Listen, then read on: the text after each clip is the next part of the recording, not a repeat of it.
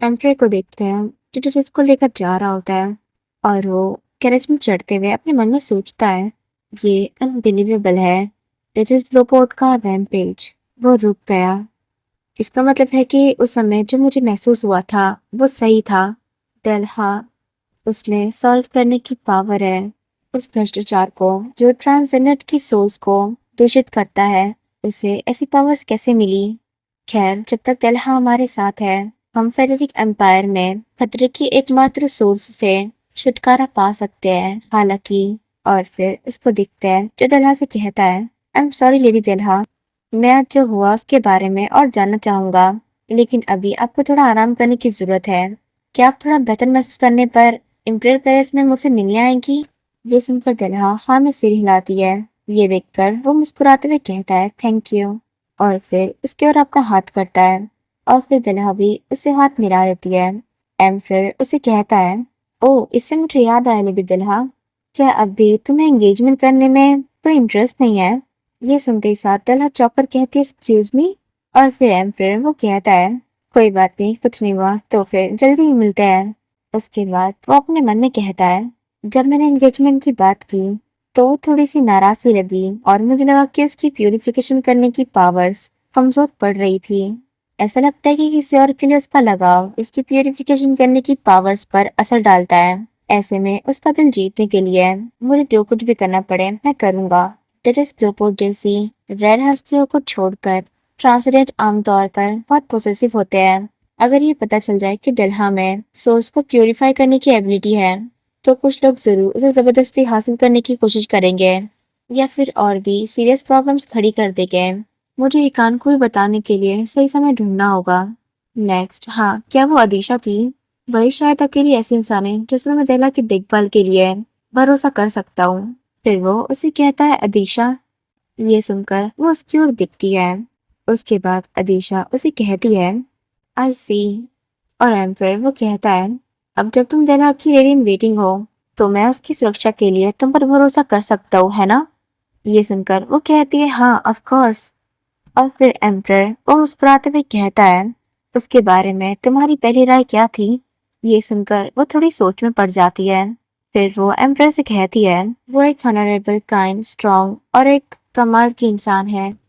मुझे उम्मीद है कि हम और करीब आ सकते हैं। उसके बाद हमें 2 दिन बाद का सीन दिखाया जाता है।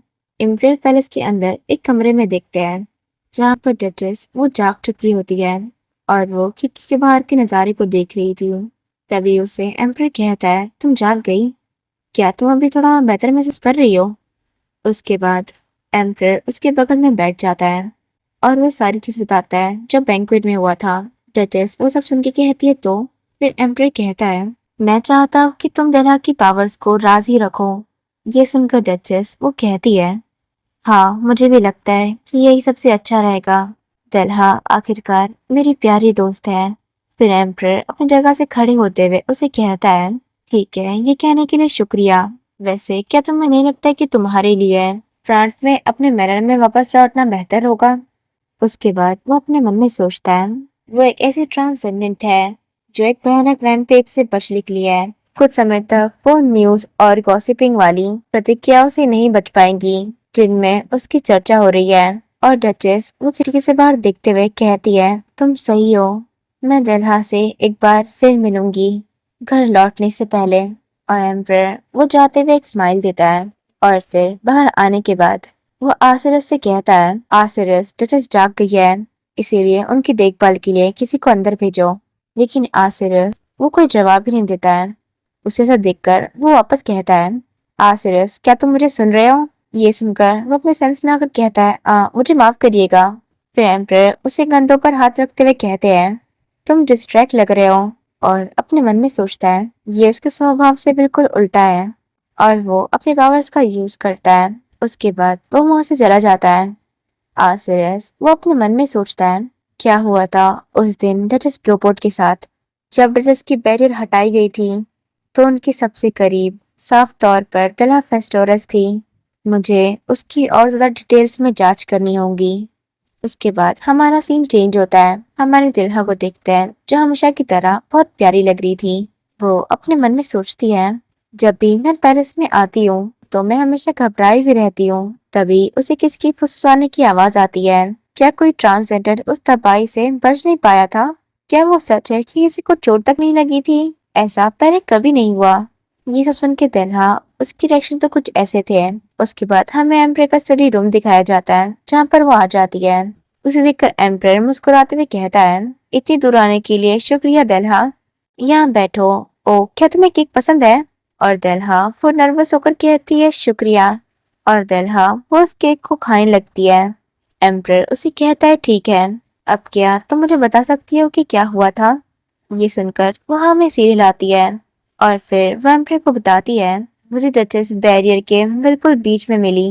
उन्होंने कहा कि वो मुझसे आखिरी बार बात करना चाहती थी और हमारी बातचीत के बाद मैं डचेस ब्लूबर्ड को अपनी बाहों में भर लिया। ठीक उसी समय रोशनी की एक किरण चमकी और डचेस ब्लूबर्ड का रैम्पेज अचानक से थम गया। ये सुनकर एम्प्रेयर कहता है, जैसा कि मैंने सोचा था। इसके बारे में जितना ज्यादा मैं सुनता हूँ उतना ही मुश्किल होता है इस पर यकीन करना। और दिल्हा वो थोड़ी सैड होते हुए कहती है, लेकिन एक बात है जो मुझे परेशान कर रही है। डचेस ब्लूबर्ड ने ऐसा क्यों किया और अचानक रैम्पेज हो जाना? क्या ट्रांसजेंडर की सोल्स को बेकाबू होकर तबाही मचाने वाली हालत में बदलने में आमतौर पर लंबा समय नहीं लगता? ये सुनकर वो कहता है, ये एक बहुत ही समझदारी वाला क्वेश्चन है। मैं कहूंगा कि इस घटना के बारे में सबसे अजीब बात यही थी, हाउस ब्लूबर्ड और इम्पीरियल फैमिली अभी इस मामले की जांच के लिए मिलकर काम कर रहे हैं। इसीलिए तुम्हें इसकी चिंता करने की कोई जरूरत नहीं है दिल्हा। बस यही बात है। इस बार तुमने मुझे बहुत बड़ी मुसीबत से बचाया है दिल्हा। अगर तुम्हें कभी मदद की जरूरत हो तो बेझिझक मुझसे कभी भी कांटेक्ट करो। और अगर तुम मुझसे कभी भी मिलना चाहो तो तुम्हें पहले से कोई रिक्वेस्ट करने की जरूरत नहीं है। जब भी तुम्हारा मन करे तुम आ सकती हो। उसकी ये बात सुनकर दिल्हा सोचती है, क्या मैं सच में ऐसा कर सकती हूँ? वो मुझसे मजाक कर रहा है ना? उसका रिएक्शन देख के एम्प्रेयर कहता है, क्या तुम्हें यकीन दिलाने के लिए मुझे तुम्हारे नाम का एंट्री पास लिखना होगा? उसके बाद भी दिल्हा उसे वैसे ही घूर रही थी और तभी एम्प्रेयर उसे एंट्री पास बनाकर दे देता है। ये देखकर दिल्हा काफी ज्यादा खुश हो जाती है और उसे कहती है थैंक यू सो मच। और एम्प्रेयर वो मुस्कुराते हुए कहता है, तब आखिरकार। और फिर बाहर देखते हैं जहाँ पर कोई नॉक करता है और वहां से अंदर आती है डचेस ब्लूबर्ड। तरह जैसी उसे देखती है वो तुरंत जाकर उसे गले लगा लेती है और कहती है, और ग्रेस, मुझे आपकी बहुत फिक्र हो रही थी। और डचेस वो भी उसे गले लगाकर कहती है, आई एम सॉरी दिल्हा। उसके बाद उन दोनों को देखते हैं जो सोफे पे बैठे होते हैं। डचेस दिल्हा से कहती है, मैं कंट्री से अपने घर वापस लौट रही हूँ। जो कुछ भी हुआ है मुझे लगता है कि ड्यूक की पोजीशन अपने बेटे को सौंप देना ही सबसे अच्छा रहेगा। उसे सुनकर दिल्हा अपने मन में सोचती है, भले ही डचेस ब्लूबर्ड की मौत नहीं हुई है, मुझे लगता है कि इससे वो फ्यूचर नहीं बदलेगा जिसमें रोवन ब्लूबर्ड ड्यूक बनेगा और डचेस बहुत दूर चली जाएंगी। तभी डचेस उसके हाथों पर अपना हाथ रखते हुए कहती है, जब हम अगली बार मिलेंगे तो मुझे बस मैरी कहकर बुला सकती हो। तब तक मैं डचेस नहीं रहूंगी। ये सुनकर दिल्हा की रिएक्शन तो कुछ ऐसे थे। उसे सब देखकर डचेस कहती है, ये सुनने में थोड़ा अजीब लगता है ना? इसलिए मैंने जानबूझकर तुम्हें नहीं बताया था। दिल्हा, तुम मेरी जिंदगी में मिले सबसे खास लोगों में से एक हो। जब सब कुछ ठीक हो जाएगा तो मैं कभी कैपिटल में तुमसे मिलने आऊंगी। जब हम अगली बार मिलेंगे तो मुझे उम्मीद है कि हम दोनों ज्यादा खुशहाल जिंदगी जी रहे होंगे। उसके बाद दिल्हा अपने मन में कहती है। इस तरह डचेस ब्लूबर्ड कंट्री साइड के लिए रवाना हुई। हमेशा की तरह गुड बाय कहना दुखित था, लेकिन जल्दी ही मुझे एक दोस्त मिल गई जिसने उनकी कमी पूरी कर दी। तभी हमें अदीशा की वॉइस आती है। वो उसे कहती है, दिल्हा, आज बाहर का मौसम बहुत अच्छा है। उसे देखकर दिल्हा खुश होकर कहती है, अदीशा, तो क्या हम टी पीने के लिए बाहर चले? और फिर वो अपने मन में सोचती है, जब वो मेरी ऑफिशियल लेडी इन वेटिंग बनी तो अदीशा अक्सर फेस्टिवल्स मैनर आती रहती थी। मैं बस इस बात से बहुत खुश हूँ कि मेरी फेवरेट कैरेक्टर मेरी आंखों के सामने सांस ले रही है और बातें कर रही है। मुझे उम्मीद है कि मैं मदद के लिए कुछ कर पाऊंगी उस दर्दनाक और मुश्किल हालात में जिसका सामना जल्दी ही अदीशा को करना होगा। तभी वो उसे कहती है, अदीशा, तुम इतनी प्रिटी कैसे हो? ये सुनकर वो ब्लश करते हुए कहती है, लेकिन मुझे लगता है कि तुम ज्यादा प्रिटी हो दिल्हा। ये सुनकर वो अपने मन में सोचती है, मैं उसे दुगनी प्यारी बनने की कोशिश करूंगी जितनी मैं ईकान के साथ होती हूँ। और वो अदीशा से कहती है, तुम बहुत नाइस हो अदीशा। और आगे सोचती है, क्योंकि मेरी उम्र का कोई दोस्त कभी नहीं था, इसलिए मुझे अदीशा से बात करने में बहुत मजा आया। और अदीशा तनहा से कह रही होती है, इसलिए लगता है कि लेडी पिगी को प्रिंस लियोनार्ड पसंद है। ये सुनकर दला कहती है, माय गुडनेस, मुझे ये सुनकर हैरानी हुई कि साइनस इतने पॉपुलर है। मैंने उन्हें एक बार देखा था और वो बिल्कुल भी मेरे टाइप की नहीं थे। फिर अदीशा कहती है, ओ तो क्या तुम सच में ही साइनस से मिली थी? ये सुनकर दला अपने मन में सोचती है, ओहो मुझे ऐसा नहीं कहना चाहिए था। और वो उसे कहती है, वेल तभी आगे सोचती है, मैं उन्हें सिर्फ इसे जानती हूँ क्योंकि मैंने उन्हें गेम के अंदर देखा है। असल में मैं कभी उनसे आमने सामने नहीं मिली हूँ। उसका लुक निराशाजनक था। तभी वो थोड़ा घबराते हुए उसे कहती है, मेरा मतलब है मैंने तो बस अफवाह ही सुनी है। ये सुनकर वो कहती है, अच्छा सच कहूँ तो वो असल में मेरे भी टाइप की नहीं है। ये सुनते ही दला जोर जोर से हंसने लग जाती है और उसी के साथ अदीशा भी हंस रही होती है। फिर अदीशा उसे कहती है, दलहा क्या तुम्हें इन चीजों के बारे में बात करने में अजीब नहीं लगता? ये सुनकर वो कंफ्यूज होकर कहती है, हाँ क्यों? अदीशा वो कहती है, आमतौर पर जब भी मैं इन चीजों के बारे में बात करती हूँ, लोग अक्सर मुझ पर गुस्सा हो जाते हैं और पूछते हैं क्या मैं दूसरों से भी उनकी बुराई करती हूँ। ये सुनकर दलहा थोड़ी हैरान हो जाती है और उसे कहती है, क्या सच में ऐसे लोग हैं जो ऐसा कहते हैं? फिर अदीशा कहती है, हाँ मुझे लगता है कि अब लोग मुझ पर ज्यादा भरोसा करते हैं। लेकिन दलहा वो अपने मन में सोचती है, मुझे नहीं पता था कि उसके साथ ऐसा हुआ था, क्योंकि उसे एक असिस्टेंट के तौर पर ट्रेन किया गया है, इसलिए उसे अपनी असलियत दूसरों से छुपानी पड़ती है। शायद इसीलिए लोग उस पर आसानी से भरोसा नहीं कर पाते। लेकिन वो बहुत ही दयालु और नेक इंसान है। तभी वो अदीशा के हाथों पर अपना हाथ रखते हुए कहती है, मैं तुम्हारे साथ हूँ अदीशा। ये सुनते ही अदीशा बहुत ज्यादा हैरान हो जाती है और उसे उसकी बात दिल पर छू जाती है। वो एक प्यार से स्माइल करते हुए उसे कहती है, थैंक यू। उसकी मुस्कुराहट देखकर दना सोचती है, वो कितनी प्रिटी है। मैं समझ सकती हूँ कि स्टोरी के इतने सारे मेल कैरेक्टर्स अदीशा के प्यार में क्यों पड़ गए। सोचकर देखे तो अदीशा और आसिरस दोनों ही एम्प्रेट के सर्वेंट्स हैं। सोचती हूँ कि अभी उनके बीच चीजें कैसी है। ओरिजिनल स्टोरी में अदीशा और आसिरस को अक्सर एक साथ भेजा जाता था और फिर हमें गेम का एक सीन दिखाया जाता है जिसमें अदीशा आसिरस से कहती है, कोई बात नहीं, तुम बदल सकते हो। और दरहा वो आगे कहती है, और ऐसा लगता था कि धीरे धीरे आसिरस के मन में उसके लिए फीलिंग्स जागने लगी थी। क्या मैं पूछूं? फिर वो उसे कहती है, क्या तुम्हें वो आदमी याद है जो पिछले बॉल में तुम्हारे और इस मेरिस्टी के साथ आया था, वही जिसके बाल ब्राउन और उसकी आंखें ग्रीन थी? ये सुनकर अदीशा कहती है, क्या तुम आसिरस की बात कर रही हो? फिर दिला कहती है, क्या तुम दोनों क्लोज हो? ये सुनकर अदीशा कहती है, हम उतने क्लोज नहीं है। तुम कह सकती हो कि हम बस एक दूसरे को जानते हैं। ये सुनकर दिला अपने मन में सोचती है। ये सुनकर राहत मिली, लेकिन अदीशा वो उसे कहती है, तुम ऐसा क्यों पूछ रही हो? फिर दिला कहती है, ओ बस यूं ही जानने का मन हुआ। फिर अपने मन में सोचती है, हाँ आसिरस डेंजरस है, इसलिए उसे दूर रहने की पूरी कोशिश करना। उतने में ही हमें हिकान की वॉइस आती है। वो कहता है, दलहा। ये सुनकर वो थोड़ी हैरान हो जाती है और पीछे मुड़कर उसको देखती है और वहां पर हमारा हैंडसम हिकान आता है। उसे देखकर अदीशा ग्रीट करते हुए कहती है, आपसे मिलकर बहुत खुशी हुई योर ग्रेस। फिर हिकान कहता है, मिस अदीशा, देर हो रही है इसलिए मुझे लगता है कि अब आपको जाना चाहिए। ये सुनकर वो दलहा की ओर देखती है और दलहा वो भी उसकी ओर देखती है। उसके बाद अदीशा जाते हुए उसे कहती है, दलहा क्या मैं कल तुमसे मिलने आ सकती हूँ? ये सुनकर वो कहती है, बिल्कुल, सेफली घर पहुंचना। और फिर वो उसे हक करती है और उसे ऐसा करते हुए पीछे हिकान देख रहा था और उसके रिएक्शन से ऐसा लग रहा था जैसे वो जेलस हो।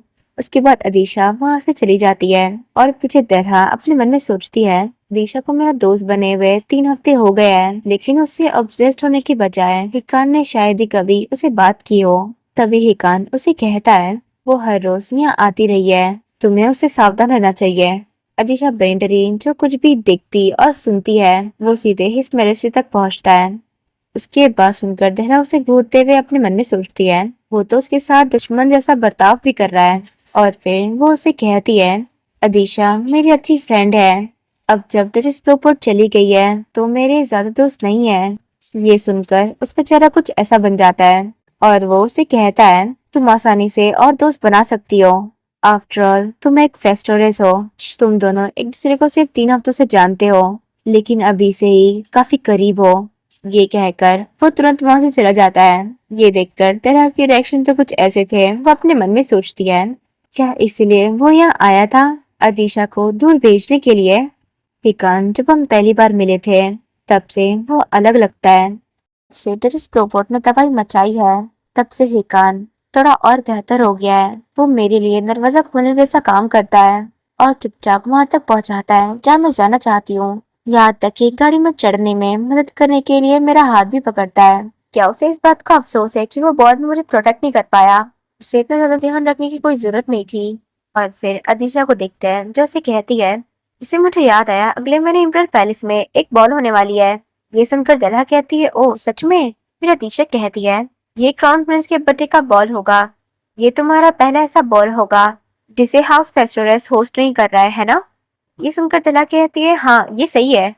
फिर अदीशा कहती है, शायद हमें बॉल से पहले एक टी पार्टी रखनी चाहिए। फिर पार्टी वाले दिन तुम्हारे जान पहचान के लोग वहाँ होंगे तो तुम कम नर्वस महसूस करोगी। ये सुनकर दलहा कहती है, पता नहीं, क्या तुम्हें सच में लगता है कि अगर मैं लोगों को बुलाऊंगी वो आएंगे? फिर अदीशा कहती है, ऑफ कोर्स वो आएंगे। ये सुनकर दलहा अपने मन में सोचती है, वैसे अगर बॉल में मेरे जान पहचान के ज्यादा लोग होंगे तो और मजा आएगा। ऊपर से ये बहुत डिलीशियस है। मैं सच में चाहती हूँ कि और भी लोग इसे एंजॉय करें, हमारे अपने शेफ की बनी सबसे डिलीशियस मिठाई का।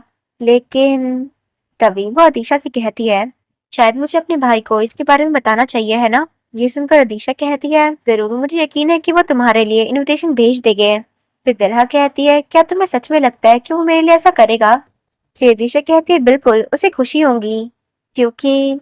और तभी वो अपने पीछे उस मेड को देखती है और फिर उसके पास आकर उसके कान में कहती है, दिलहा, जो तुम जितना सोचती हो उसे कहीं ज्यादा पसंद करते हैं। मुझे तो लगता है कि हमारे इतने करीब होने से वो शायद जेलस भी होते हैं। ये सुनकर दिला हैरान हो जाती है और सोचती है, जेलस? नो वे। लेकिन जब मैं पीछे मुड़कर सोचती हूँ और वो एक कहानी कई बातों को याद करती है जो उसने कहे थे, तुम दोनों एक दूसरे को सिर्फ 3 हफ्तों से जानते हो, फिर इतनी जल्दी ही काफी करीब आ गए हो। ये याद कर वो सोचती है, ये कान वो जेलस है। ये तो बहुत क्यूट है। इसका मतलब ये है कि मुझे इस बात की चिंता करने की जरूरत नहीं है कि वो अचानक मुझे हटा देगा। तो अब मुझे बस पैसे बनाने हैं और इस जगह से भाग जाना है। लेकिन क्या इससे सब कुछ ठीक हो जाएगा? इतने समय से मैं सिर्फ अपने बारे में ही सोचती रही हूँ और इससे कुछ भी नहीं हुआ। हिकान अदीशा या किसी और का फ्यूचर बेहतर बनाने के लिए, और वो ये सोचते हुए उसके स्टडी रूम के बाहर आ जाती है और उसका दरवाजा नॉक करती है। फिर वो वहीं खड़ी हो जाती है और तभी वो दरवाजा खुलता है और वहां से हिकान बाहर आता है। उसे देखकर वो थोड़ी हैरान हो जाती है। हिकान वो उसे ही देख रहा होता है। तभी वो अंदर जाते हुए उसे कहता है, अंदर आ जाओ। ये सुनकर वो कहती है, थैंक यू। और जब वो अंदर आती है तो अंदर की हालत कुछ ऐसी होती है। ये देखकर वो अपने मन में सोचती है, वो सचमुच बहुत बिजी लग रहा है। गिफ्ट होने का मतलब ही है बहुत सारा काम। वो बहुत तेजी से काम कर रहा है। और तभी हिकान उसे पूछता है, तुम्हें क्या चाहिए?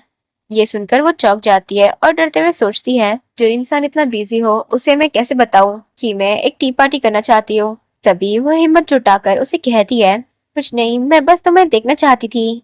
ये सुनकर हिकान कहता है, अगर बात टी पार्टी की है तो मैंने उसका इंतजाम पहले ही कर लिया है। ज्यादा जानकारी के लिए तुम बटलर से बात कर सकती हो। ये सुनकर दला काफी हैरान थी। फिर वो उसे पूछती है, वैसे इसके बारे में तुम्हें कैसे पता चला? फिर हिकान कहता है, एक सर्वेंट ने तुम्हारी और मिस अदीशा के बीच हुई बातचीत सुन ली थी और उसने मुझे बता दिया। और वो सर्वेंट वही पर्सन थी। ये याद कर उसके रिएक्शन तो कुछ ऐसे होते हैं। और तभी वो मुस्कुराते हुए उसे कहती है, तुम्हारे बिजी शेड्यूल में दखल देने के लिए मैं माफी चाहती हूँ। उतने में ही हिकान कहता है, इसकी चिंता मत करो, ये कोई बड़ी बात नहीं है। ये सुनकर उसके चेहरे पर एक स्माइल आ जाती है। और तभी हिकान वो थोड़ा हैरान हो जाता है क्योंकि दलहा उसके पास आकर उसके हाथों को पकड़ लेती है और मुस्कुराकर कहती है, थैंक यू हिकान। फिर वो उससे कहता है, फिर देर हो गई है, तुम्हें सोने जाना चाहिए। ये सुनकर वो कहती है, हाँ, लेकिन सोने से पहले क्या मैं तुम्हारे पास बैठकर थोड़ी देर पढ़ाई कर सकती हूँ? ये सुनकर हिकान कहता है, तुम जैसा चाहो। ये सुनकर वो खुश होकर कहती है, वाओ। और वो एक सीट लाकर उसके बगल में रख देती है। उस पर बैठते हुए अपने मन में सोचती है, ये ड्रेस कुछ ज्यादा ही ऊंची नहीं है? और हिकान वो तो उसे ही देख रहा था। उसे ऐसा अपनी ओर देखते हुए दिलहा फ्लिंच हो जाती है। हिकान उसे कहता है, लगता है तुम इस डेस्क के हिसाब से काफी छोटी हो। ये सुनकर वो एम्बेरस होकर कहती है, मुझे यकीन है कि जब तुम मेरी उम्र की थे तुम्हारी लंबाई भी मेरी जितनी ही थी। ये सुनकर हिकान कहता है, तब भी मैं तुमसे लंबा ही था। दलहा कहती है, फिर तब क्या, अब तुम और भी छोटे थे। और हिकान वो तो एक स्माइल देता है। वैसे मुझे लगता है कि इसने पहली बार स्माइल दिया है। उसे ऐसा स्माइल करते हुए देखकर वो हैरान हो जाती है और उसके चेहरे पर भी एक स्माइल आ जाती है। और वो दोनों भाई बहन एक साथ बैठे हुए थे। हिकान अपना काम कर रहा होता है, तन्हा अपनी पढ़ाई। कुछ समय बाद देखते हैं हिकान वो अपना काम कर रहा होता है। तभी वो अपने साइड में दिखता है, जहाँ पर हमारी दुल्हा वो डेस्क पर ही सो चुकी थी और हिकान वो तो उसे ही देखा जा रहा था। उसे देखकर वो सोचता है, वो बेसुध सो रही है। कुछ समय पहले तक मेरे साथ कोई नहीं था।